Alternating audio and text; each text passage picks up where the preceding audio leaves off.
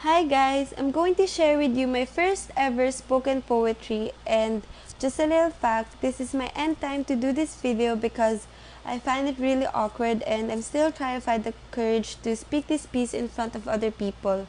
So I guess with the use of this black canvas, I'm going to try. Just try. So here it goes. Isa, dalawa. Isang biro.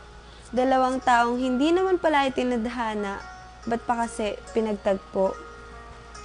Nakita kitang muli sa hindi inaasahang pagkakataon, na pagtantong buhat nooy hindi pa rin pala nakakaahon. Sa ating pag-iibigang tila ba pinaglaruan ng tadhana, ang dating tayo ay isa lang palang maling akala.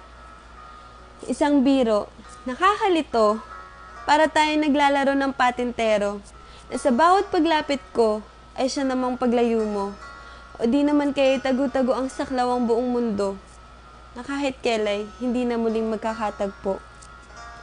Ngunit sa aking pagbaba sa eskalera, bungad agad ay ang iyong muka, na para bang nakikipaglaro sa atin ng tadhana. Sa laki ng mundo at sa dami ng tao, heto ka't nakatayong muli sa harap ko. Muli na namang napapaligiran ng mga taong puro salita. Dada ng dada, pinibigkas mga bagay-bagay na hindi naman alam kung saan nagmula. At heto naman ako, parang bato, nakatulala lang sa'yo. Di alintana ang tinginan ng mga tao sa isang eksenang pangteatro. Parang plakang hinto ng hinto, pilit tayong bumabalik sa tamang tono.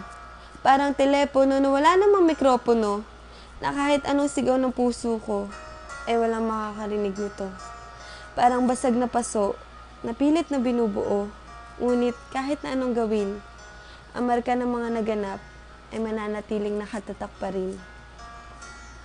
Ang puso kong marupok, nooy dinala mo sa tuktok, ngayon hindi na mapigilan sa pagbulusok. Sa akin iyong ipinaranas ng tugatog, ngunit iyo rin palang hahayaang mahulog. Hanggang sa hindi na ako makasunod sa laro. Hindi ko na maintindihan ang biro at tuluyan na nga nabigo.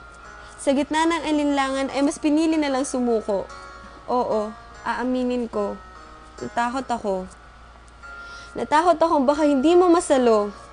Natakot ako na baka dumating ang araw na iyong mapagtanto. Na hindi pala ako ang babae na iyong gusto. Na hindi pala ako ang nasa mga panaginip mo. Natakot ako na baka dumating ang araw na may dumaang magandang anghel na nakakasilaw at sa kanyang pagdating, ang iyong atensyon ay mapukaw.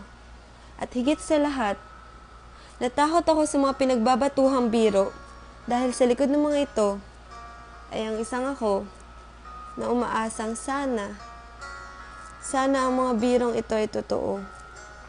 Mata sa mata, puso natin hindi pa rin pala nakakawala. Sa multo ng kahapong ayoko nang balikan. Ayoko na. Hindi ko na kayang makita kang muling lumisan. Ngayon nahulog, nabihag na namang muli ng mga mata mo. Umaasa na darating muli ang araw na iyong masasalo. Ngunit hindi maisip kung bakit.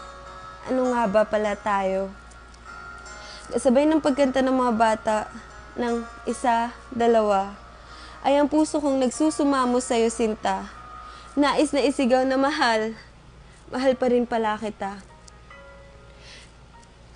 Nais humingi ng tawad, kung maaari lang balikan na nakaraan, ituloy ang naudlot na pag-iibigan. Alam kong ito'y aking kasalanan. Natakot nga kasi akong maiwan, kaya ako ang nang iwan. Masisisi mo ba ako, kung hanggang ngayon hindi pa din sigurado, hindi ko pa rin alam kung ano nga ba tayo? Ay, oo nga pala. Nakalimutan ko. Wala nga palang tayo. Maaari ko bang itanong ngayon sa'yo ng ganito? Ano nga ba? Ikaw at ako.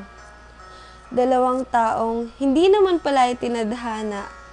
Bakit pa kasi pinagtagpo?